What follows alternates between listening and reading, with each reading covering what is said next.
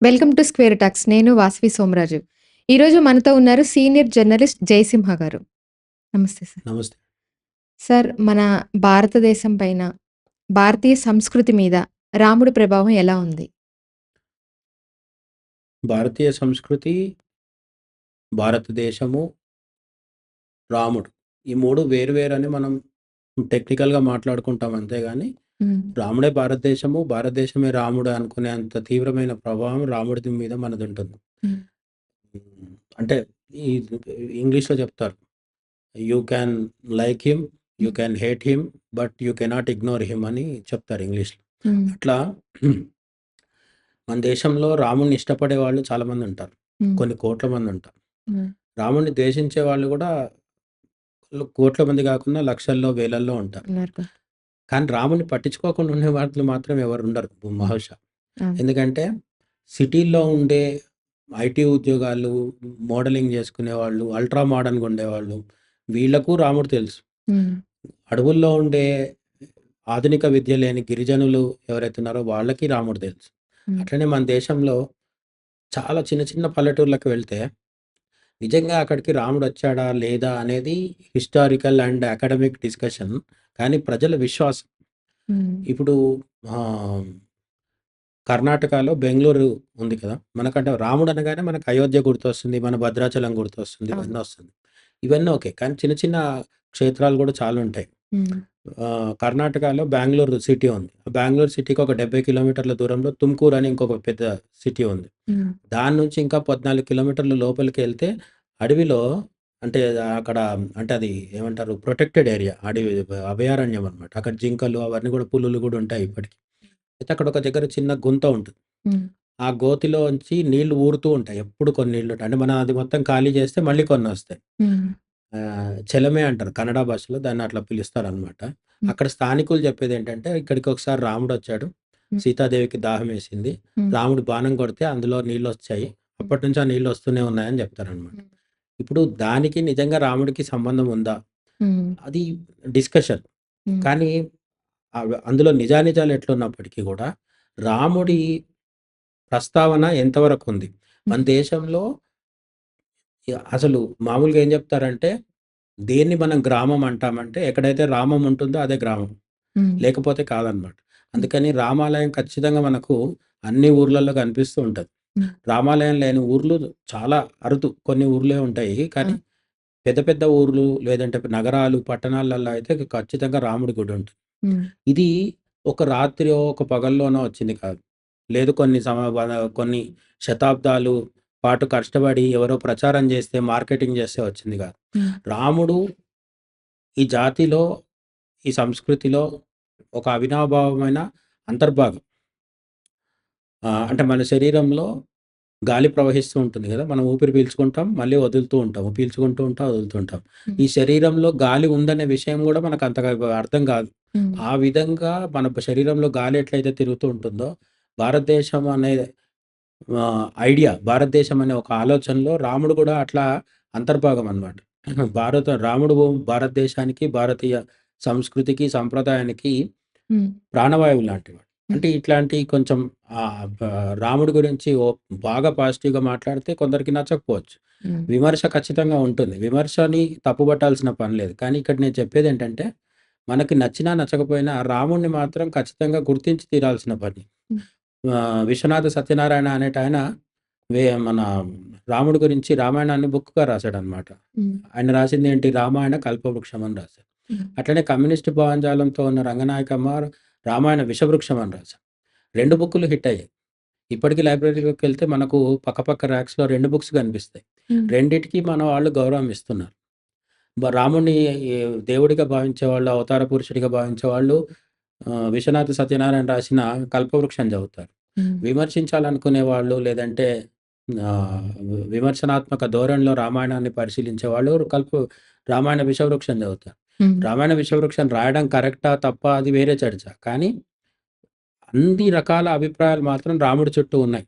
హ్మ్. అందుకే రాముడిని పొగిడే వాళ్ళందరూ ప్రవచనకారులవుతున్నారు.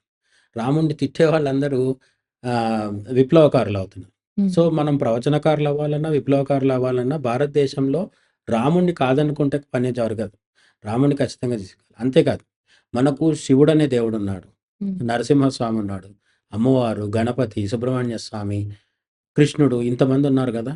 కానీ మనం రాముడు మంచి బాలుడనే అంటాం. అవును. మిగతా ఎవరికీ కృష్ణుడు మంచి బాలుడు, శివుడు మంచి బాలుడు అని అనట్లేదు. అవును. అందరు దేవుళ్ళకి ఎవరి శక్తులు వాళ్ళకున్నాయి. కాదని కాదు. కానీ బాలుడు, మంచి బాలుడు అని అలా అనాల్సొచ్చినప్పుడు రాముడి గురించే చెప్తున్నాం. అవును. ఎందుకు అంటే మొత్తం ఒక మనిషి పరిణామ క్రమంలో మనం దశావతారాలు తీసుకుంటే గూడా హ్మ్. మత్స్యావతారం అంటే చేప. నీళ్ళల్లో మాత్రమే ఉంటుంది. హ్మ్. కూర్మావతారం అంటే తాబేలు. నీళ్ళల్లో భూమి మీద 2 చోట్ల ఉంటది. హ్మ్. వరాహావతారం ఉట్టి భూమి మీదే ఉంటది. వరాహం అంటే పంది. అది ఓన్లీ భూమి మీదే ఉంటది. హ్మ్. వామనావతారం పొట్టిగా ఉంటది. పొడుగు ఉండదు. నరసింహావతారంలో తలకాయ జంతు స్వరూపంలో ఉంటది. శరీరం అంతా మానవ స్వరూపంలో ఉంటది. ఇవన్నీ ఇంపర్ఫెక్ట్‌గున్నాయి. హ్మ్. చివరికి పరశురాముడి దగ్గరికొచ్చేసరికి ఆయన కోపం కంట్రోల్‌లో లేదు. విపరీతమైన ఆగ్రహంతో ఉంటాడు. హ్మ్. కానీ రాముడి దగ్గరికొచ్చేసరికి ఏంటంటే, ఒక సంపూర్ణమైన మానవుడు ఎలాగుండాలో చూపించడానికి వచ్చిందే రాముడు. మర్యాద పురుషోత్తముడు అనే పేరు గూడా ఆయనకే ఉంటుంది. అవును. అంటే సకల రకాల మర్యాదలు తెలిసినవాడు. వ్యక్తిత్వం అంటే ఒక మనిషి వ్యక్తిత్వం ఎట్లుండాలి అని చూపించగలిగేవాడు రాముడనమాట. హ్మ్. సో, మానవ పరిణామ క్రమంలో అత్యున్నత స్థాయి రాముడిది. ఆ తర్వాత వచ్చిన కృష్ణుడు హ్మ్, మనిషిగా కాకుండా ఒక యోగిగా కనిపిస్తాడు మనకి. హ్మ్. అందుకే కృష్ణుడు చాలా సార్లు మనకు విశ్వరూపం చూపిస్తాడు. తన తల్లికి నోట్లో సకల ఆహ్, గ్రహమండలాలన్నీ చూపిస్తాడు. అవును. విశ్వం మొత్తం చూపిస్తారు. అట్లనే అర్జునుడికి కూడా యుద్ధ రంగంలో కురుక్షేత్రంలో విశ్వరూపం చూస్తారు. కురుసభలో కూడా విశ్వరూపం చూపిస్తారు. నేనే దేవుడినని డైరెక్ట్‌గా చెప్తాడు కృష్ణుడు. హ్మ్. అందుకు కృష్ణుడి స్థాయి అత్యున్నత స్థాయి. ఆయన స్వయంగా కృష్ణస్తు స్వయం భగవాన్ అని చెప్తారు కదా! హ్మ్. ఆయన స్వయంగా పరమాత్ముడినని ఆయన చెప్పుకోగలిగాడు. హ్మ్. రాముడు అట్లా చెప్పలేదు. ఆయనకు హ్మ్. తెలిసినా కూడా రాముడు ఏమంటాడంటే నేను మానవుడిని.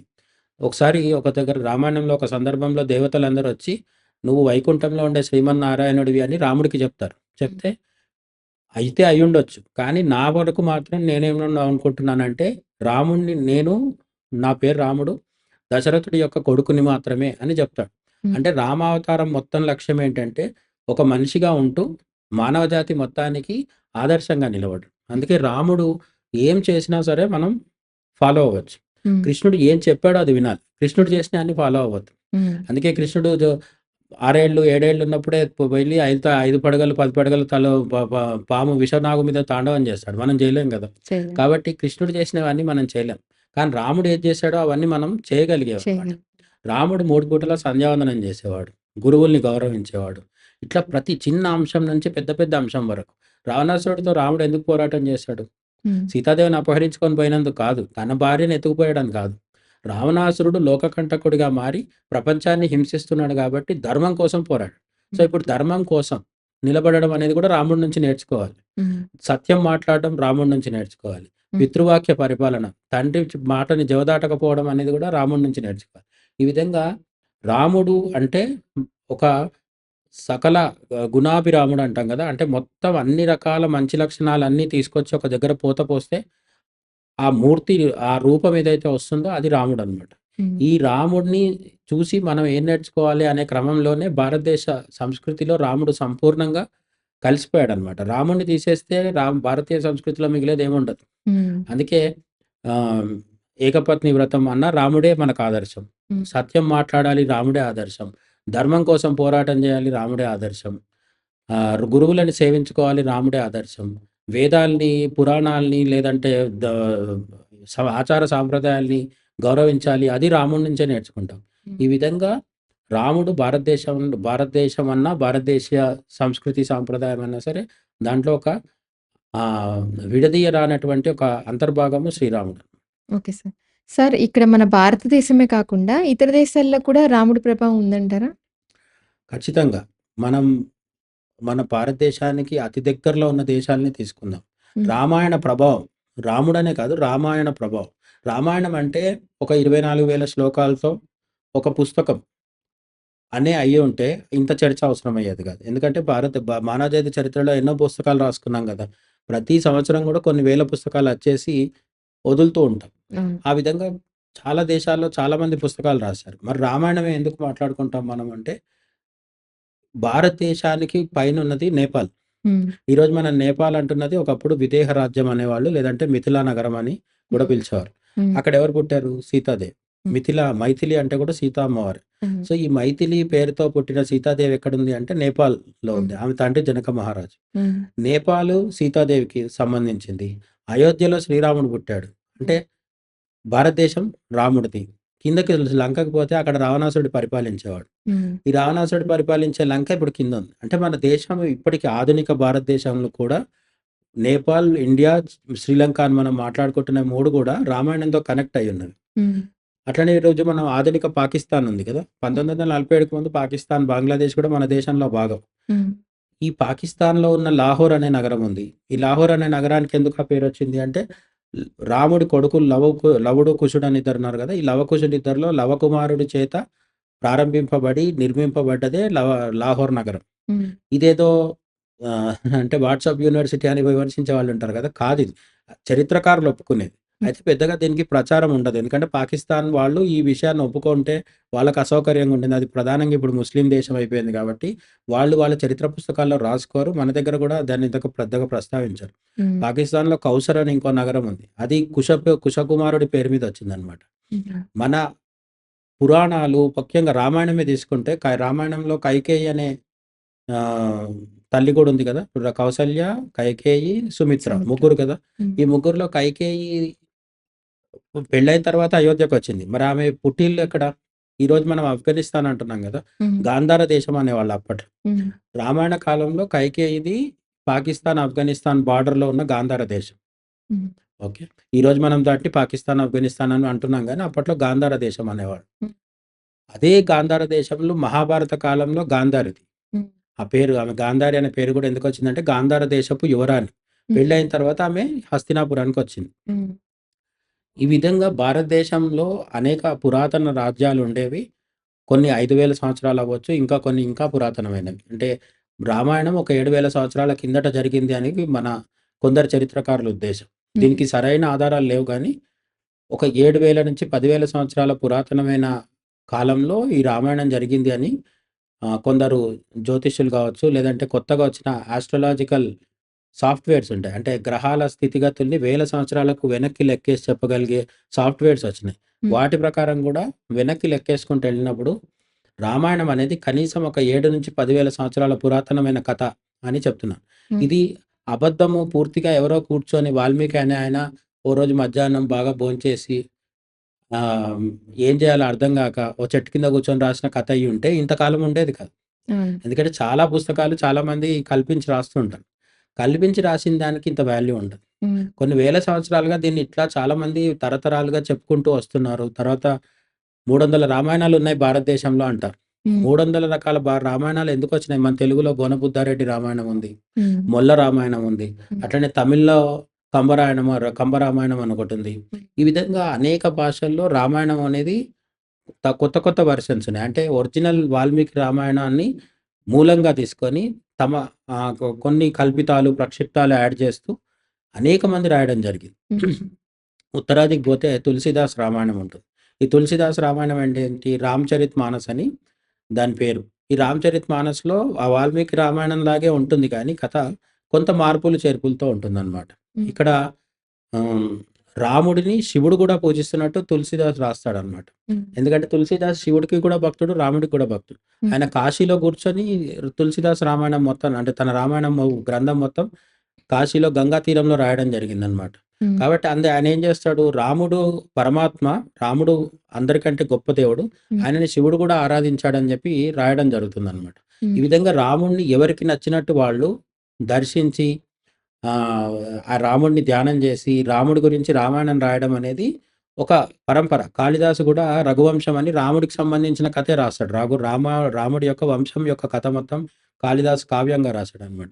ఈ హ్మ్. విధంగా రాముడి గురించి రాయని వాళ్ళు, రాముడి గురించి మాట్లాడని వాళ్ళు, రాముడి గురించి పాడిన వాళ్ళు కూడా చరిత్రలో నిలిచిపోయారు. హ్మ్. ఎవరు మన కంచర్ల గోపన్న, శ్రీరామదాసు ఉన్నాడు కదా! హ్మ్. ఆయన రాసినవన్నీ రాముడి గురించిన కీర్తనలే. అవును. అలాగే మన తెలుగువాడే గాని తమిళనాడులో నివసించిన త్యాగరాజు ఎవరు? ఆయన రాసిన కీర్తనలన్నీ కూడా రాముడి గురించే. హ్మ్. ఈ విధంగా రాముడి గురించి పాటలు పాడిన వాళ్ళు గూడా చరిత్రలో నిలిచిపోయారనమాట. ఇదంతా మన భారతదేశము నేను చెప్పినట్టుగా నేపాల్, శ్రీలంక, పాకిస్తాన్ ఈ దేశాల ఆఫ్ఘనిస్తాన్‌కి సంబంధించి. అయితే రామాయణం ప్రభావం ఇక్కడితో ఆగిపోలేదు. హ్మ్. ఇప్పుడు థాయిలాండ్ అనే ఒక దేశం ఉంది. హ్మ్. ఈ థాయిలాండ్ అనే దేశంలో ఇప్పటికీ రాచరికం ఉంది. అక్కడ రాజు ఉంటాడు.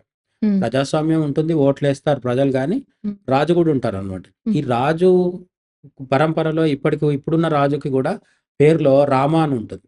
హుహు. థాయిలాండ్‌లో ఉండే రాజులందరి పేర్లలో రామ అని ఉంటుంది. ఎందుకు? అంటే వాళ్ళు తమను తాము రాముడి యొక్క పరంపరలో వారసులుగా భావిస్తారనమాట. హుహు.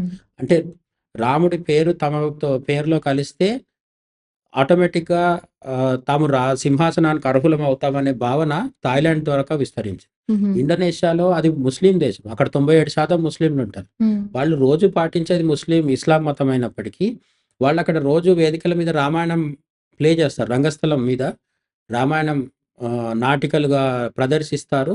ఆ నటులు దాన్ని చూసి అక్కడున్న ముస్లిం పౌరులు గూడా చూసి ఆస్వాదించడము, దాన్ని చూసి ఏమంటారు, రామాయణాన్ని చూసి చాలా నేర్చుకుంటూ ఉంటారు వాళ్ళు. హ్మ్. కాబట్టి మతాలకు అతీతంగా కూడా రాముడి ప్రభావం ఉంది. ఇండోనేషియా అనే ఇస్లామిక్ దేశం మీద గూడా ఇప్పటికీ రాముడి ప్రభావం ఉంది. అక్కడ మీకు చాలా ఊర్లు పేర్లు, లేకపోతే సంస్థల పేర్లు, ఇవన్నీ మన రామాయణ, భారతాలతో ముడిపడి ఉంటాయి. హ్మ్. మళ్ళీ వియత్నాం ఉంది. వియత్నాంలో కావచ్చు, కాంబోడియాలో కావచ్చు, హుహు. ఇక్కడంతటా కూడా రాముడి ప్రభావం చాలా ఎక్కువగా అనిపిస్తది మనకి. రామాయణం అక్కడంతా ఇప్పటికి కూడా వాళ్ళ జీవితంలో భాగం. హ్మ్. యూరోప్‌లో కొన్ని ప్రాంతాలలో గూడా రాముడికి సంబంధించిన, రామాయణానికి సంబంధించిన ఆనవాళ్ళు ఇవన్నీ గూడా ఉన్నాయన్నమాట. హ్మ్. కొందరైతే ఏం చెప్తారంటే రోమ్ నగరం పేరు, ఆ రోమ్ అనే పేరు గూడా రామ అనే శబ్దం నుంచి వచ్చిందని జెప్తారు. హ్మ్. సరే దానికి ఫుల్ సైంటిఫిక్ ఆధారాలైతే ఇప్పటివరకు దొరకలేదు. హ్మ్. బట్ అదొక వాదన. వాదన. హ్మ్. అట్లనే పురాతన ఈజిప్ట్, మనం ఈజిప్ట్ అనగానే పిరమిడ్‌లు గుర్తొస్తాయి గదా! హ్మ్. ఈ పిరమిడ్‌లు నిర్మించిన రాజులని ఫారోస్ అంటారు. హ్మ్. ఈజిప్షియన్ భాషలో ఫారో అంటారు. హ్మ్. ఈ ఫారోస్ అందరికి గూడా వాళ్ళ పేరులో రామ అనే శబ్దం ఉండేది. రామ్‌సెసే అని కొందరికి పేర్లుండేవన్నమాట. అంటే ఈజిప్ట్ రాజులు గూడా తమని తాము రాముడి యొక్క అంశాలుగా చెప్పుకోవడం ద్వారా సింహాసనం మీద కూర్చునేవాళ్ళనమాట. హ్మ్. సో, రాముడు అంటే ధర్మానికి మారుపేరు. హ్మ్. రాముడు అంటే రాజ్యాధికారానికి మ మ మారుపేరు. హ్మ్. అందుకని భారతదేశంతో మొదలుపెట్టి ప్రపంచంలో అనేక ఆసియా, ఆఫ్రికా దేశాల్లో రాముడికి, అక్కడుండే రాజులకి, వాళ్ళ రాజ్యాధికారానికి చాలా దగ్గర సంబంధం ఉంటుంది. హ్మ్. మేము రాముడి యొక్క వారసులమని గాని, మేము రాముడి యొక్క అంశలమని గాని చెప్పుకోవడం ద్వారా సింహాసనాన్ని అధిష్ఠించేవాళ్ళనమాట. అట్లనే మనకు ఆసియాలోనే సౌత్ కొరియా అని ఒక దేశం కనిపిస్తుంది. దక్షిణ కొరియా. హ్మ్. నిజానికది మొన్న రెండో ప్రపంచ యుద్ధం వరకు మొత్తం కొరియా అనేది ఒకే దేశం. నార్త్ కొరియా, సౌత్ కొరియా అనేవి ఉండేది కాదు. హ్మ్. కొరియన్ పెనిన్సులా అని ఉండేది. హ్మ్. ఈ కొరియన్ పెనిన్సులా మీద కూడా రాముడి యొక్క, రామాయణం యొక్క ప్రభావం ఉంది. అయితే ఇప్పుడు నార్త్ కొరియాలో కమ్యూనిజం ఉంది.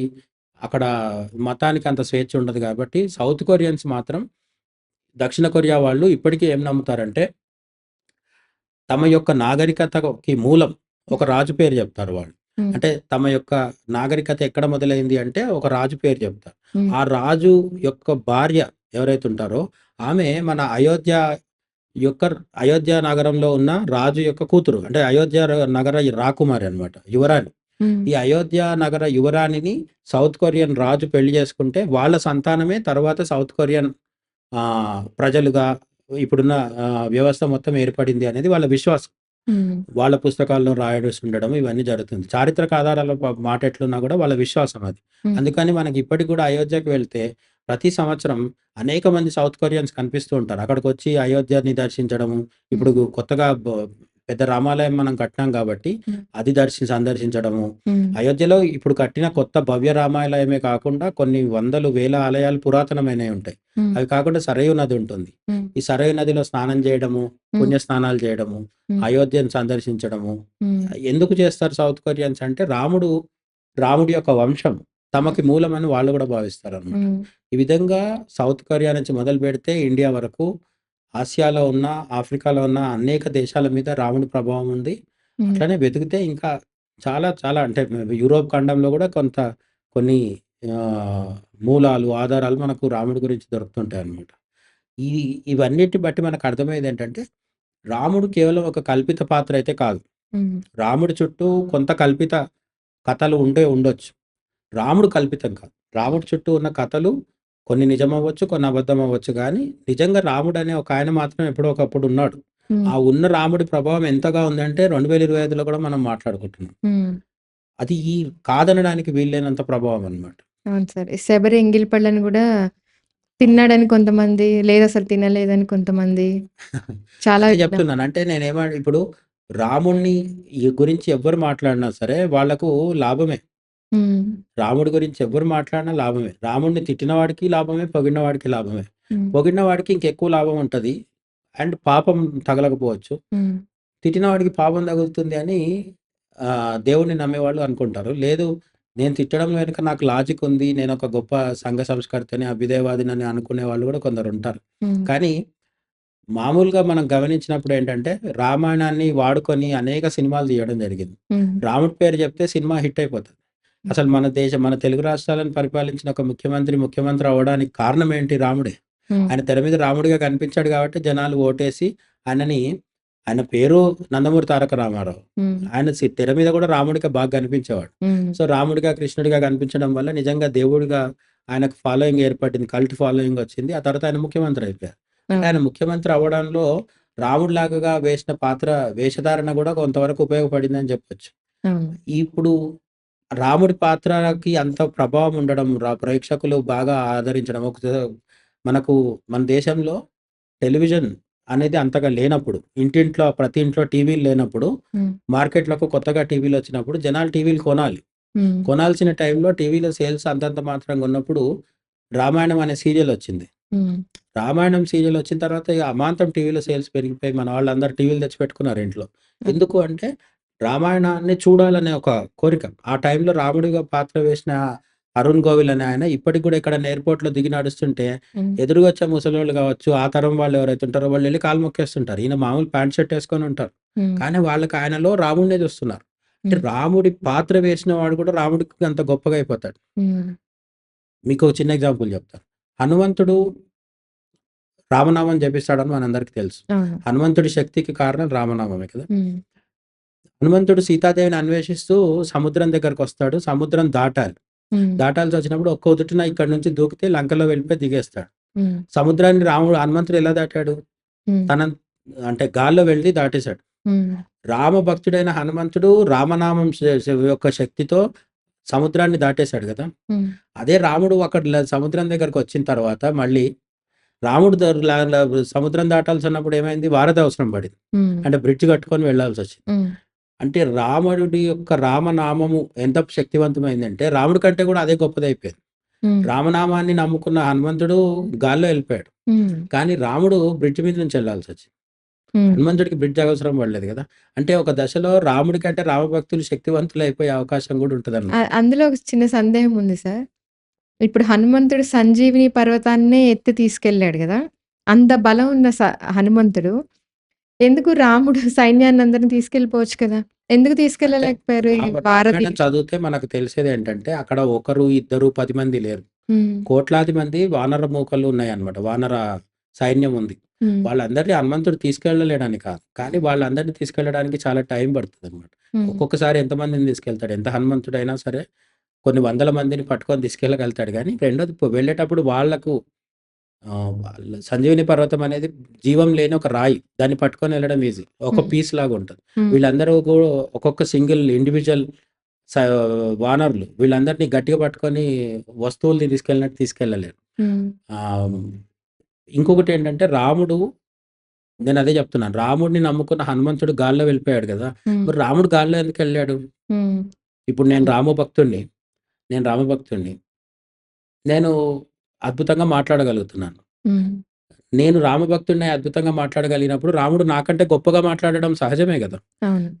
కాబట్టి హనుమంతుడి కంటే అవలీలగా రాముడు అక్కడికి వెళ్ళొచ్చు. హ్మ్. కానీ రామావతారంలో రాముడొచ్చినప్పుడు ప్రతి అవతారానికి ఒక కండిషన్ ఉంటుంది. ఆ హ్మ్. కండిషన్ దాటి ఎప్పుడు ప్రవర్తించడు హ్మ్. రా విష్ణుమూర్తి. హ్మ్. అట్లా రామావతారంలో వస్తున్నప్పుడు ఏం చెప్తాడంటే, రామావతారం వచ్చింది కేవలం రావణాసురుడిని చంపి వెళ్ళిపోవడానికి కాదు. హ్మ్. ఇప్పుడు నరసింహస్వామిని తీసుకోండి, హిరణ్యకశపుడిని చంపి మళ్ళీ అంతర్ధానం అయిపోతాడు. హ్మ్. మిగతా అవతారాలు కూడా చాలా వరకు అంతే. హ్మ్. కానీ రాముడు రావణాసురుడిని చంపడం అనేది రామావతారంలో ఒక చిన్న భాగం మాత్రమే. హుహు. రావణాసురుడిని చంపిన తర్వాత 11,000 సంవత్సరాలు ధర్మపాలన చేస్తూ రాజ్యాన్ని పరిపాలించడం జరిగింది. హ్మ్. అది ప్రధానం. అంటే హ్మ్. ధర్మాన్ని నిలబెట్టి ఒక పద్ధతి ప్రకారం రాజ్యాన్ని ఏర్పాటు చేసి ధర్మం అంటే ఏంటి? ధర్మంగా పరిపాలించడం ఎట్లా?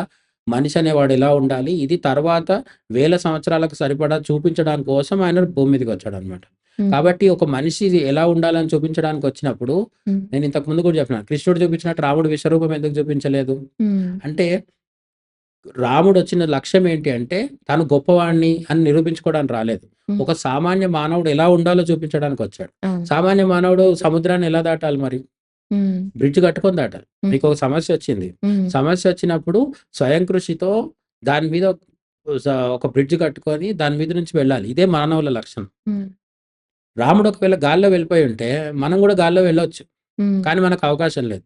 సో, హ్మ్. మనుషులు చేయలేనిది ఏది కూడా రాముడు చేయడు. హ్మ్. చెయ్యలేక కాదు. హ్మ్. చేయకుండా ఉంటాడు. ఎందుకంటే ఆయన మనుషులకి ప్రేరణగా ఉండడానికొచ్చాడనమాట.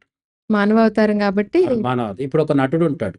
ఆ నటుడు ఒక సినిమాలో పోలీస్ ఆఫీసర్. హ్మ్. అందులో గన్ పెట్టి అందరిని కాల్చేస్తాడు. హ్మ్. ఆ తర్వాత సినిమాలో జస్ట్ ఒక కాలేజ్‌లో లెక్చరర్ పోస్ట్ వేస్తాడు. హ్మ్. ఇంతకుముందు పోలీస్ వేషం వేసిన నటుడే ఈసారి లెక్చరర్.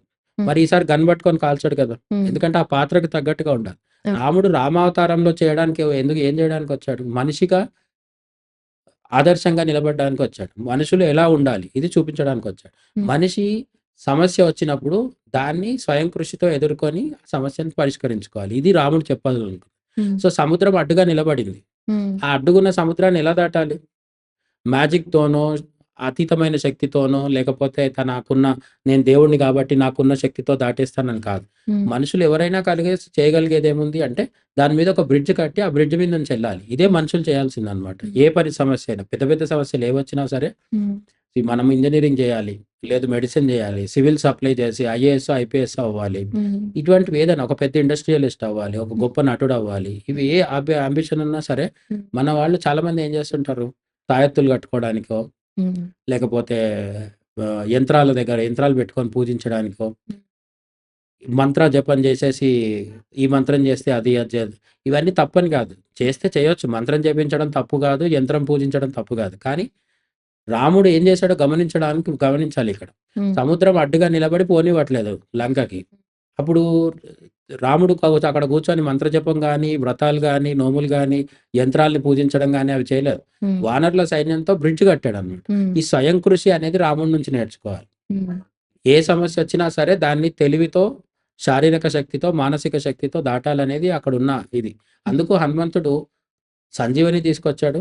హ్మ్. అంతకుముందు తానొక్కడే లంకకు పోయి రావడం జరిగింది గానీ, ఆ బ్రిడ్జ్ కడుతున్నప్పుడు మాత్రం ఆయన దాంట్లో కలుగజేసుకోవాలి. హ్మ్. ఎందుకంటే రాముడు మానవులందరికీ ఆదర్శంగా ఉండడానికి ఆ బ్రిడ్జ్ కట్టాల్సింది. ఆ బ్రిడ్జ్ అక్కడ కట్టడం ద్వారా వారధి కట్టడం ద్వారా మనకి అందుకే ఆ వారధి మన చరిత్రలో ఎంత ఇంపార్టెంట్ అంటే అదే రాముడిని తీసేసి భారతదేశాన్ని చూడలేమని నేను చెప్పేది అందుకే అన్నమాట. హ్మ్. ఆసేతు హిమాచలం అని మనం వింటుంటాం గదా! హ్మ్. చాలా సర్వసాధారణమైన అవును. వాటది. ఆసేతు హిమాచలం అని ఎందుకంటాం మనం? అవును. మనకు బ్రిటిషర్లున్నప్పుడు తమిళనాడు, కేరళ, కర్ణాటకలో చిన్న చిన్న రాజ్యాలుండేవి. హ్మ్. తెలంగాణలో నిజాం రాజ్యం ఉండేది. హ్మ్. పైకెళ్తే మొఘల్ రాజులుండేవాళ్ళు. హ్మ్. మహారాష్ట్రలో మరాఠా రాజులుండేవాళ్ళు. హ్మ్. ఈ విధంగా ఒక్కొక్క చిన్న చిన్న రాజ్యాలుగా ఉండేది. హ్మ్. తర్వాత స్వతంత్రం వచ్చిన తర్వాత వల్లభాయ్ పటేల్ ఏం చేశాడు? హ్మ్. అనేక సంస్థానాల్ని, వందల సంస్థానాలను తీసుకొచ్చి ఒక భారతదేశాన్ని తయారు చేశాడు. హ్మ్. అందుకని చాలామంది ఇప్పుడు ఏమంటుంటారు?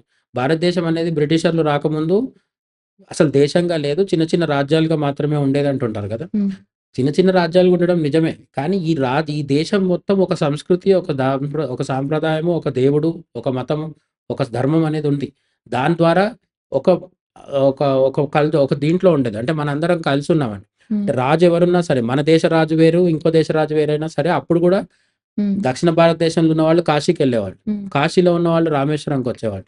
ఈ విధంగా భారతీయులను కట్టిబెట్టింది ఎవరు అంటే ఒక రాజో, ఒక రాజ్యమో, ఒక భాషనో లేకపోతే ఒక ఇది కాదు. మనల్ని కట్టిపెట్టింది మన ధర్మం, హ్మ్. మన విశ్వాసం, మన ఆచారం, మన సాంప్రదాయం ఇవన్నీ కట్టిపెట్టాయి. హ్మ్. అట్లా మన భారతీయులందరినీ ఏకం చేసిన అతి ప్రధానమైన అంశము, అతి ప్రధానమైన విశేషం ఏంటంటే రాముడు. హ్మ్. ఆయన దక్షిణ సముద్ర తీరంలో కట్టింది ఏంటి? వారధి. హ్మ్. అక్కడ సహజంగా ఉన్నయేంటి? హిమాలయాలు. హ్మ్. అందుకని కొన్ని వేల సంవత్సరాలుగా మనం ఏం చెప్తున్నాం? ఆ సేతు హిమాచలం అంటున్నాం. హ్మ్. ఈ దేశం ఎన్ని ముక్కలవ్వచ్చు, చిన్న ముక్కలు చిన్న రాజ్యాలవ్వచ్చు, పెద్ద రాజ్యాలవ్వచ్చు. హ్మ్. దీన్ని అశోకుడు పరిపాలించి ఉండొచ్చు. హ్మ్. ఆ తర్వాత ఇంకోడు ఎవరు బ్రిటిషర్లు, మొఘల్ అక్బరు, బాబరు, బీర్బల్, మన ఔరంగజేబు వీళ్ళెవరైనా వచ్చుండొచ్చు. హ్మ్. రాజులు మారొచ్చు, రాజ్యాలు మారొచ్చు. కానీ ఈ ఆసేతు హిమాచలం అనే కాన్సెప్ట్ మారలేదు. హ్మ్. అది మనం గుర్తించాలన్నట్టు. ఈ ఆసేతు హిమాచలం అంటే భారతదేశం అనేది కిందున్న సేతువు అంటే వారధి. రాముడు కట్టిన వారధి నుంచి మొదలుపెడితే హిమాలయాల వరకు ఉన్నదాన్ని భారతదేశం అంటున్నాం మనం. హ్మ్. ఈ భావన ఎన్ని సంవత్సరాలుగుంది? కొన్ని వేల సంవత్సరాలుగా ఉందన్నమాట. రాముడు భారతదేశాన్ని నిర్వచించాల్సొచ్చినప్పుడు రాముడు కట్టిన వారధే మనకు ప్ర ఈ డెఫినిషన్‌కి ఇదన్నమాట. ఎక్కడ హ్మ్. రాముడి వారధి ఉందో అక్కడి నుంచి భారతదేశం స్టార్ట్. హ్మ్. ఎక్కడి దాకా? హిమాలయాల వరకు. హ్మ్. రాముడు మనకంత ముఖ్యం అన్నమాట. హ్మ్. సో, ఇప్పుడు రాముడు గురించి మనం మాట్లాడుతున్నప్పుడు రాముడి నుంచి ప్రేరణ పొందాల్సొచ్చినప్పుడు, రాముడి దగ్గరున్న అనేక సద్గుణాలు అసలు వాల్మీకిని వాల్మీకి నారదుడిని ఏమడుగుతాడంటే, ఒక 16 రకాల లక్షణాలు చెప్పి, ఈ 16 సుగుణాలు ఎవరికున్నాయో హ్మ్. నాకాయన కథ చెప్పు అని అడుగుతాడు. నారదుడు అప్పుడు రాముడి గురించి చెప్తే, ఆయన తర్వాత రామాయణం పెద్ద గ్రంథంగా రాస్తాడనమాట. హ్మ్. అందులో మీరు అడిగిన శబరి విశేషం గూడా వస్తది. శబరి ఆహ్, ఎంగిలి పళ్ళు రాముడు తిన్నాడు. శబరి ఎంగిలి చేసి ఇచ్చిన పండ్లు రాముడు తిన్నాడనేది హ్మ్. అదే నేను చెప్పినట్టుగా సినిమా వాళ్ళు రాముడిని, రామాయణాన్ని తమ ఇష్టానుసారం వాడేసుకున్నారు. హ్మ్. రామాయణము చదవాలి అంటే వాల్మీకి రామాయణం చదివి తెలుసుకోవాలి తప్ప, హ్మ్. సినిమాలు, సీరియల్స్ వీటిని చూసేసి అందులో ఉన్నది నిజం అనుకోవడానికి లేదు. హ్మ్. అవి అందులో ముఖ్యమైనది ఏంటంటే శబరి గురించి. హ్మ్. శబరి ఎంగిలి పళ్ళు రాముడికి పెట్టలేదు. రాముడు గూడా శబరిమాత ఎంగిలి పళ్ళు తినలేదు. వాల్మీకి రామాయణంలో అలా లేదు. హ్మ్. శబరి చాలా గొప్ప రామభక్తురాలు. హ్మ్. ఆమె చాలా చిన్నగున్నప్పుడే రాముడికి రామనామం జపిస్తూ ఉంటది. ఆమె ముసలామైపోయి ఒక 90 ఏళ్ళొచ్చేసిన తర్వాత అప్పుడెప్పుడో ఆమె కంటి చూపు కూడా మందగించిన తర్వాత రాముడొస్తాడు. హ్మ్. రాముడొచ్చినాక ఆమె మోక్షం పొందుతుంది. హ్మ్. అయితే ఆ రాముడొస్తాడని చెప్పి ఆమె ప్రతిరోజు రొటీన్ ఏంటంటే, రాముడు ఏ రోజొస్తాడో తెలీదు కదా! ఆమె గురువు ఏం చెప్తాడంటే ఆహ్, శబరి యొక్క గురువు హ్మ్. రాముడొస్తాడు. వచ్చినప్పుడు నీకు మోక్షాన్నిస్తాడు. హ్మ్. నువ్వు రోజు రాముడికి ఆతిథ్యం ఇవ్వడానికి సిద్ధంగా ఉండని చెప్పి ఆయన స్వర్గానికెళ్ళిపోతాడు. హ్మ్. వెళ్ళిపోయినప్పుడు శబరి రోజేంటంటే ఆమె గిరిజన మహిళ అడవిలో ఉంటుంది. హ్మ్. ఆమె రోజు అడవిలో తిరిగి మంచి చెట్లన్నీ చూసి, ఆ చెట్లల్లో ఇప్పుడు ఇది గుర్తుపెట్టుకోవాల్సిన విషయం. రాముడు పుల్లటి పళ్ళు తినకూడదు, రుచి లేని పళ్ళు, చప్పటి పళ్ళు తినకూడదని జెప్పి, ప్రతి చెట్టు మీద ఉన్న ఒక పండు తీసి, దాని రుచి చూసి, అప్పుడు ఆ చెట్టు పళ్ళు బాగుంటే తీసుకొనొచ్చేదనమాట. హ్మ్. సో, ఆమె చెట్టు మీద ఉన్న ఒక పండు రుచి చూసింది తప్ప, అన్ని పళ్ళు కొరికి చూడలేదు. హ్మ్. మన వాళ్ళు దాన్ని కొంచెం ఓవర్‌గా ఏం చేస్తారంటే, దాన్ని కొంచెం మార్చేసి, ఆమె ప్రతి పండు కొరికినట్టు, హ్మ్. ఆమె కొరికిన ప్రతి పండు హ్మ్. తీసుకొని రాముడు తిన్నట్టు చూపిస్తాడు. ఆ! రాముడు ఎంగిలి పళ్ళు తినలేదు. ఆమె చెట్టు మీద ఉన్న పళ్ళు చూడడం కోసం, ఒక్కొక్క పండు ఎంగిలి చేసి చూసి, హ్మ్. మిగతా పళ్ళు తీసుకొచ్చిందనమాట. హ్మ్. అట్లనే ఇప్పుడు రామాయణంలో అహల్య గురించి ఉంటుంది. వాల్మీకి రామాయణంలో అహల్య ఎవరు అంటే గౌతమ మహర్షి భార్య. హ్మ్. రాముడు గురువుల్ని చాలా గౌరవిస్తాడు. హ్మ్.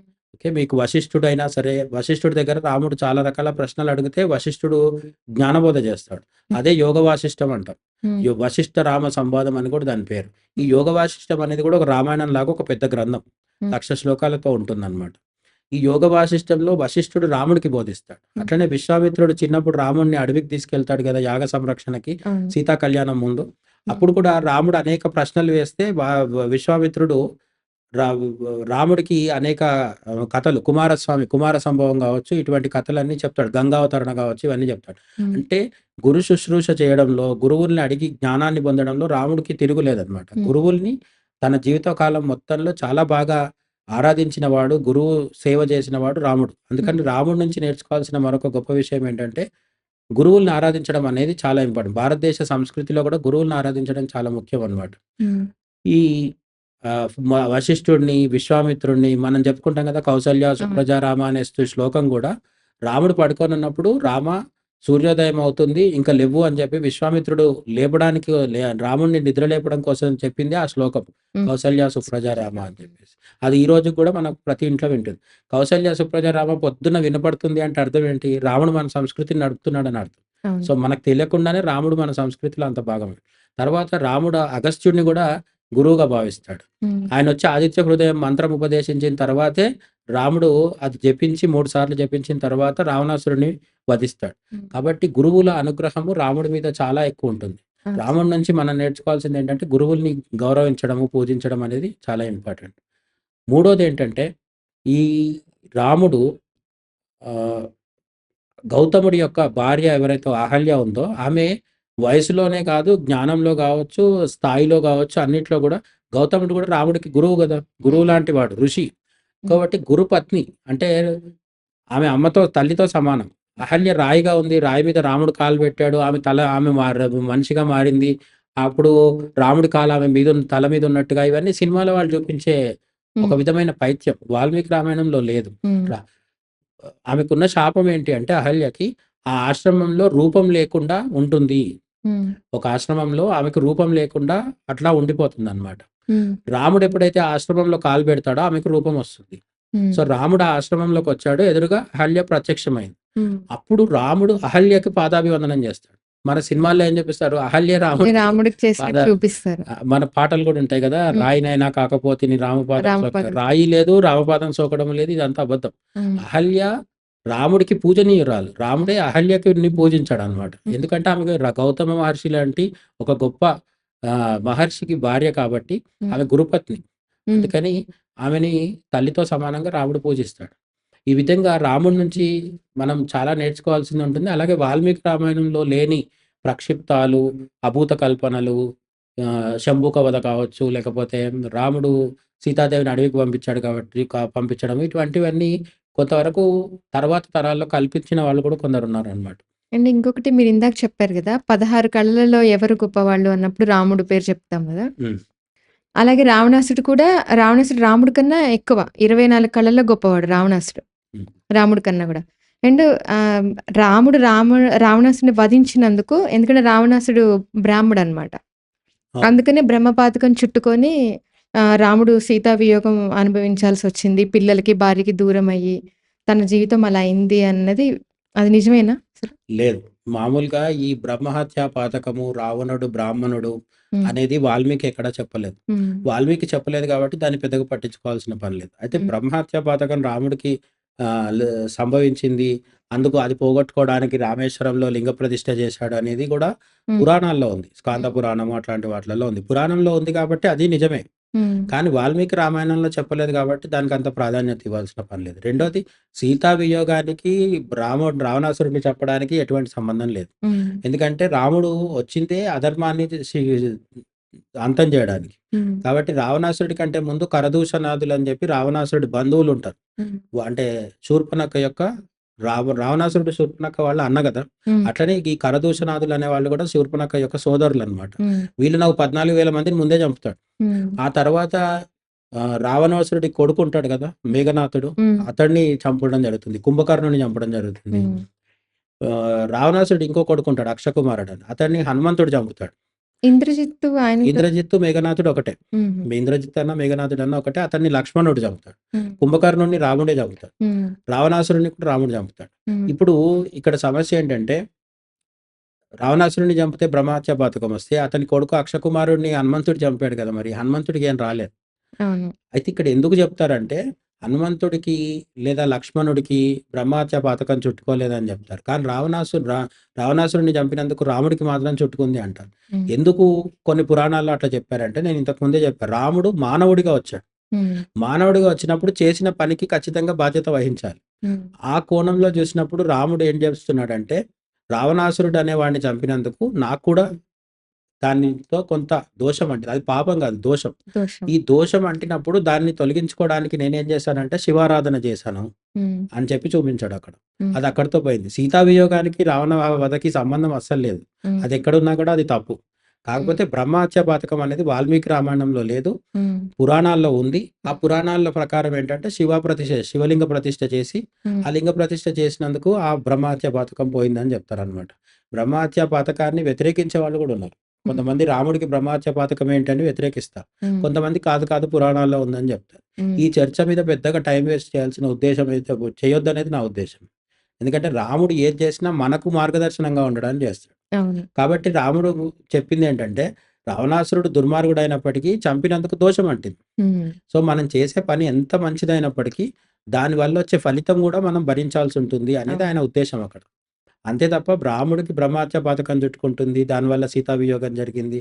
హ్మ్. అదే చెప్తున్నా. అసలు సీతావియోగం సీతాదేవిని ఆ రాముడు అడవికి పంపించాడనేదే ఉత్తర రామాయణంలో ఉంది. ఈ అవును. ఉత్తర రామాయణం మొత్తం ప్రక్షిప్తం అని చెప్పేవాళ్ళు కొందరున్నారు. హ్మ్. సరే అది కూడా వాల్మీకి రాశాడని వాదించే వాళ్ళు కూడా ఉన్నారు. అవును. నేనేమంటానంటే వాల్మీకి రాశాడా లేదా పక్కన పెడితే, సీతాదేవిని అడవికి ఎందుకు పంపించాడు రాముడు?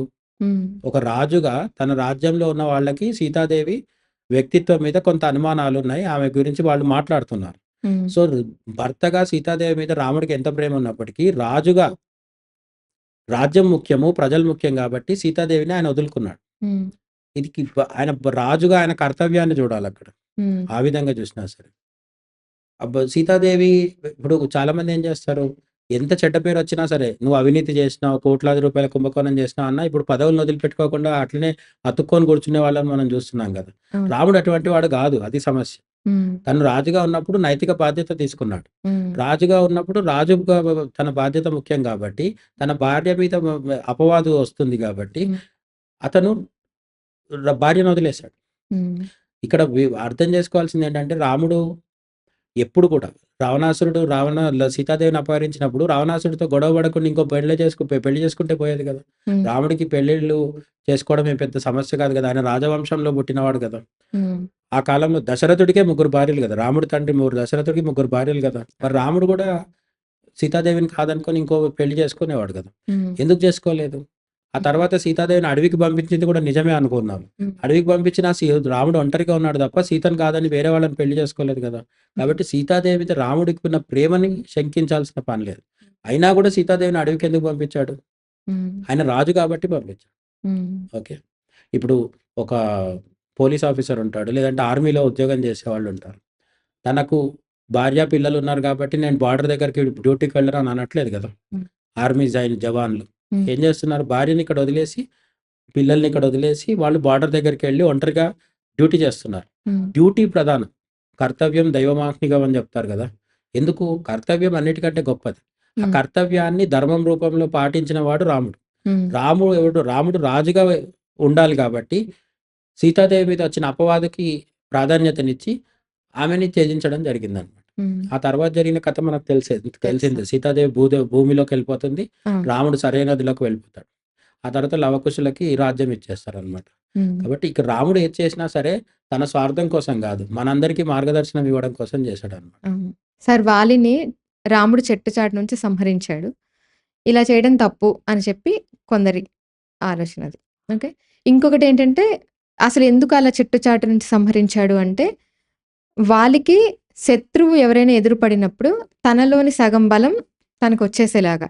ఆ వరం ఉంది వాలికి. అందుకనే రాముడు ఎదురుపడినప్పుడు తనలోని సగం బలమంతా వాలికెళ్ళిపోతుంది కాబట్టి చెట్టు చాటు నుంచి సంహరించాడు అని చెప్పి ఇదొకటి. ఇది ఎంతవరకు నిజం ఇది?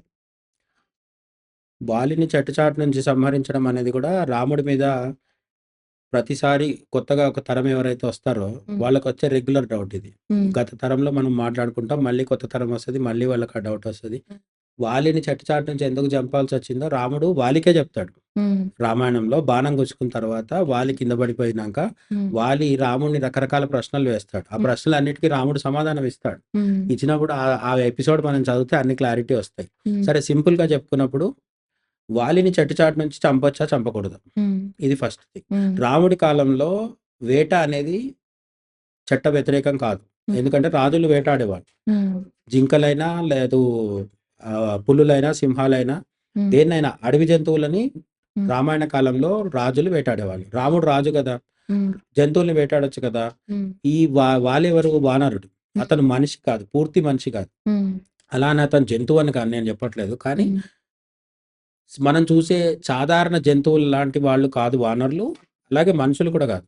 ఈ హ్మ్. రెండిటికి మధ్యలో ఉన్న ఒక రకమైన జాతి. మనం ఇప్పుడు చాలామంది వానరులు అంటే ఈ మధ్య కాలంలో ఏమంటున్నారంటే కోతులని చెప్పేస్తున్నారు. కోతులు కాదు. మనం కోతుల్ని చూస్తున్నాం గదా! కోతులు ఎక్కడ? హనుమంతుడెక్కడ? అవును. నిజంగా హనుమంతుడు కోతే అయితే మనం గుళ్ళు కట్టి రోజు ప్రదక్షిణాలు చేయం గదా! వాళ్ళు గొప్పవాళ్ళు. వాళ్ళకో రాజ్యం ఉండేది, పరిపాలన ఉండేది, భాష ఉండేది, పెళ్ళిళ్ళు, కుటుంబాలు అన్నీ ఉండేవి. హ్మ్. వాలి భార్య పేరు ఆహ్, తార. తార. హ్మ్. సుగ్రీవుడి భార్య పేరు రుమ. రుమ. ఈ విధంగా ఇవంతా ఒక వ్యవస్థ ఉంది. కాబట్టి వానరులు మనుషులు కాదు కాబట్టి హ్మ్. ఆయన చెట్టు చాటు నుంచి చంపడం తప్పు కాదు. హ్మ్. అది ఫస్ట్ థింగ్. రెండోది వాలి ఎదురుగా రాముడొస్తే రాముడి బలం సగం తగ్గిపోతుంది అని అన్నారు కదా! హ్మ్. ఆ సగం బలం కూడా చాలు వాలిని చంపడానికి. హ్మ్. రాముడి బలం ఎంతుంటుంది అంటే సుగ్రీవుడికి ముందు డౌట్ ఉంటది. హ్మ్. వాలిని చంపగలుగుతావా నువ్వు అని అడుగుతాడు. అప్పుడు అడిగినప్పుడు కదా మధ్య వృక్షాలుంటాయి. ఒకటే బాణంతో వరుసగా ఉన్న మధ్య వృక్షాలన్నిటిని కూలుస్తాడు. హ్మ్. ఆ తర్వాత రాముడు బొటనవేలుతో తంతే ఒక కళేబరం ఎగిరిపోయి దూరంగా పడుతది ఒక రాక్షసుడిది. హ్మ్. ఈ విధంగా రాముడి బలం మనకు చాలా సార్లు కనిపిస్తది. మనకు సీతా స్వయంవరం అనేది నిజంగా లేదు. హ్మ్. కాకపోతే శివధనుర్భంగం ఉంది కదా! శివధనస్సుని రాముడు ఎక్కుపెట్టినప్పుడు శివధనస్సు విరిగిపోతది. హ్మ్. యాక్చువల్‌గా శివధనస్సు జనకుడి కంటే ముందు వాళ్ళ వంశంలో శివుడు వాడిన ధనస్సు, దాని పేరు పినాకి అంటారు. హ్మ్. దాన్ని ఒక తరం నుంచి ఒక తరంకి పాస్ చేస్తూ వస్తారనమాట. హ్మ్. చివరికి అది జనకుడి దగ్గర ఉంటుంది. హ్మ్. ఈ శివధనస్సు యొక్క శక్తి ఎంత బరువుంటుంది అనే దానికంటే ముందు అది చిన్నప్పుడు సీతాదేవి ఆడుకుంటూ దాని కిందకి బంతి వెళ్తే, ఆ బంతి తీసుకోవడం కోసం ఎడమ చేత్తో జరుపుతది హ్మ్. సీతాదేవి. హ్మ్. ఎడమ చేత్తో జరిపినప్పుడు అది పక్కకు జరగగానే తీసుకుంటది. కానీ జనకుడు అది చూసి ఆశ్చర్యపోతాడు. హ్మ్. ఎందుకు అంటే ఆ శివధనస్సుని కదిలించాలి అంటే ఒక 5,000 మంది బాగా బలిష్ఠులైన బాగా కండబట్టి ఉన్న మగవాళ్ళు అవసరమవుతారు. మగ సైనికులు. అటువంటి ఒక 5,000 మంది సైనికులు మోయాల్సిన శివధనస్సుని సీతాదేవి తన ఎడమ చేత్తో కదిలించింది. ఇప్పుడు సీతాదేవి బలం ఎంతుంటుంది మనం ఊహించుకోవచ్చు కదా! అయినా కూడా ఆమెను రావణాసురుడు అపహరించినప్పుడు సీతాదేవి ఆయనని తన పాతివ్రత్యం చేత గాని, బలం చేత గాని రావణాసురుడిని సంహరించలేదు. ఎందుకు? హ్మ్. ఆ పని రాముడు చేయాలి కాబట్టి ఊరుకుంది. హ్మ్. ఆ తర్వాత హనుమంతుడొస్తాడు కదా! లంకను మొత్తం దహిస్తాడు. హ్మ్. అక్షకుమారుడిని చంపుతాడు. చాలా మంది సైనికుల్ని చంపేస్తాడు. హ్మ్. రావణాసురుడిని చంపడం హనుమంతుడికి కూడా పెద్ద ఇష్యూ కాదు. హ్మ్. మరెందుకు చంపలేదు? అంటే రాముడు చేయాల్సిన పని రాముడే చేయాలి. వీళ్ళెవరు చెయ్యరు. హ్మ్. ఆ విధంగా 5,000 మంది తీసుకొచ్చిన బాణాన్ని శివధనస్సుని హ్మ్. రాముడు ఎడమ చేత్తో లేపి ఎక్కుబెట్టి విరుస్తాడు. హ్మ్. ఇప్పుడు రాముడి బలం అర్థమైంది కదా! హ్మ్. కాబట్టి రాముడు వాలిని చంపడానికి సగం బలం ఉన్నా సరిపోతుంది. హ్మ్. అయినా కూడా చెట్టు చాటు నుంచి ఎందుకు చంపాడంటే అతనికున్న వరాన్ని గౌరవించడం కోసం అన్నమాట. హ్మ్. వాలికి ఒక వరం ఉంది. ఆ వరాన్ని గౌరవించాల్సిన అవసరం రాముడికి ఉంది అన్నమాట. హ్మ్. అందుకని దాన్ని గౌరవిస్తాడు. మూడోది అసలు వాలిని ఎందుకు చంపాడు? హ్మ్. మన కథలో ఇంకొంచెం వెనక్కెళ్తే వేరే పురాణాల్లోకి వెళ్తే ఒకసారి వాలి సంధ్యావందనం చేసుకుంటూ సముద్రంలో నదిలో నిలిచిపడి ఉంటాడు. హ్మ్. ఉన్నప్పుడు ఈ రావణాసురుడు అహంకారంతో వెళ్లి వాలిని డిస్టర్బ్ చేస్తాడు. అతన్ని ఇబ్బంది పెట్టాలని ప్రయత్నం చేస్తాడు. ఎందుకంటే రావణాసురుడు గొప్ప అని చెప్పేవాళ్ళు ఈ మధ్య ఎక్కువైంది గానీ, హ్మ్. రావణాసురుడికి ఉన్నంత పైత్యం ఇంకెవరికి ఉండదు. హ్మ్. చాలా మందితో ఊరికే కొట్లాడుకుంటాడు. హ్మ్. అట్లనే చాలా మంది స్త్రీలని సీతాదేవిని అపహరించాడని కదా రాముడు చంపింది. హ్మ్. అయితే అంతకు ముందు సీతాదేవి కంటే ముందు 5,000 మంది ఉంటారు ఆయన దగ్గర భార్యలు. హ్మ్. లేదంటే పెళ్లి చేసుకోకుండా తన దగ్గర ఉంచుకున్న వాళ్ళు వీళ్ళందరూ ఉంటారు. హ్మ్. వాళ్ళందరిని తెచ్చుకోవడమే కాకుండా వాళ్ళ కుటుంబాల్లో వాళ్ళ అన్నలు, తమ్ముళ్ళు, తండ్రులు ఉంటారు గదా! వాళ్ళందరిని కుటుంబ సమేతంగా చంపేసి తీసుకొస్తాడు వీడు అట్లాంటి రాక్షసుడు. హ్మ్. అంటే ఒక స్త్రీని తేవడమే కాకుండా ఆ స్త్రీ పుట్టింటి వాళ్ళందరిని చంపడం కూడా రావణాసుడికి ఓ సరదా. హుహు. ఇటువంటి రాక్షసుడిని రాముడు చంపాల్సొచ్చింది. హ్మ్. అయితే అంతకంటే ముందు వాలి కథ. ఈ వాలి కథలో ఏం జరిగింది? వాలి సంధ్యావందనం చేసుకుంటున్నప్పుడు ఈ రావణాసురుడొచ్చి ఇబ్బంది పెడితే, వాలి తన తోకతో చుడతాడు రావణాసురుడిని. హ్మ్. చుట్టి భూమి మీద ఉన్న సప్త సముద్రాల్లో తిరుగుతూ తన సంధ్యావందనం చేసుకుంటూ అక్కడంతా సముద్రాల్లో ముంచి తేల్చి తీసుకొచ్చాడనేది కథ. హ్మ్. అది సాధ్యమైందా లేదా పక్కన పెడదాం. హ్మ్. అయితే రావణాసురుడు చాలా గొప్ప బలవంతుడని కదా మనం చెప్తాం. హ్మ్. ఆ రావణాసురుడిని వాలి ఒక చిన్న పురుగుని చూసినట్టుగా చూస్తాడు. తన హ్మ్. తోకకు గట్టి అల్లాడించి వదిలిపెడతాడు. హ్మ్. అంటే ఇప్పుడు రావణాసుడి కంటే వాలి బలవంతుడనే కదా! హ్మ్. ఆ వాలిని ఒక బాణంతో రాముడు చంపేస్తాడు. హ్మ్. కాబట్టి వాలి కంటే రాముడు ఇంకా బలవంతుడు. హ్మ్. మరి వాలిని చంపకుండా వాలి అది కూడా అడుగుతాడు. బాణం తగిలి కింద పడిపోయినాక అడుగుతాడు. హ్మ్. "నువ్వు నాకంటే బలహీనుడైన సుగ్రీవుడిని." హ్మ్. సుగ్రీవుడు ఏం చేస్తాడు? వాలికి భయపడి పోయి కొండ మీద దాచుకుంటాడు కదా! అవును. అటువంటి ఒక బలహీనుడైన సుగ్రీవుడితో ఫ్రెండ్‌షిప్ చేసి వాడి కోసం నన్ను చంపావు గదా! హ్మ్. అసలు ఒకప్పుడు నేను రావణాసురుడిని తోకకు కట్టుకొని తిప్పిన వాడిని. హ్మ్. ఇప్పుడు నీ భార్య రావణాసురుడి దగ్గర ఉంది గదా! హ్మ్. నేను వెళ్లి రావణాసురుడిని మాట్లాడి గాని, లేదంటే 4 గుద్దులు గుద్దేసి వాడిని చంపేసి తీసుకొనైనా వచ్చేవాడిని గదా! సీతాదేవిని. హ్మ్. రావణాసురుడు లాంటి ఒకడిని చంపి తీసుకురావడం కోసం నువ్వు సుగ్రీవుడితో ఫ్రెండ్‌షిప్ ఎందుకు చేస్తున్నావు? నాతో చేసుంటే పని అయిపోయేది గదా! అంటాడు. హ్మ్. అప్పుడు చెప్తాడు. వాలిని రాముడు ఎందుకు చంపాడనే దానికి ఆన్సర్ ఇది. హ్మ్. నువ్వెన్ని చేసినా సరే నువ్వు అధర్మపరుడివి. హ్మ్. రాముడు ధర్మం వైపు ఉంటాడు. హ్మ్. అధర్మం వైపు ఉండడు. హ్మ్. సుగ్రీవుడు బలహీనుడైన ధర్మాత్ముడు. హ్మ్. వాలి బలవంతుడైన అధర్మపరుడు. హ్మ్. ఏం అధర్మం చేశాడు? సుగ్రీవుడిని బెదిరించి సుగ్రీవుడు తప్పు లేకున్నా బెదిరించి చంపడానికొచ్చాడు. హ్మ్. అతను పారిపోయాడు. హ్మ్. అతను పారిపోయినప్పుడు అతను లేకుండా అతని రక్షణ లేని అతని భార్య ఎవరైతే ఉందో రుమ, హ్మ్. ఆమెని ఈ వాలి అంటే తమ్ముడి భార్యని. తమ్ముడి భార్య. తమ్ముడి భార్యని ఈ వాలి అనేవాడు కామంతో ఆమెను కూడా తన భార్యగా మార్చుకున్నాడు. ఆమెతో కామం తీర్చుకున్నాడు. ఇది అధర్మం గదా! ఆమె ఇష్టాయిష్టాలతో పని లేకుండా ఆ పని చేయకూడదు గదా! వాలిని రాముడు చంపడానికి ఇది కారణం. హ్మ్. ఒక స్త్రీని ఆమె ఇష్టాయిష్టాలు లేకుండా ఎవరైతే ఇబ్బంది పెడతారో రాముడు వాళ్ళని క్షమించే ప్రసక్తి అసలు లేదు. రావణాసురుడైనా వాలే అయినా. Thank you sir. రాముడి గురించి చాలా చక్కగా వివరించారు. Thank you sir. ఓకే. జై శ్రీరామ్. చూసారు గదా! ఇటువంటి ఆసక్తికరమైన విషయాలతో నెక్స్ట్ వీడియోలో మళ్ళీ కలుద్దాం.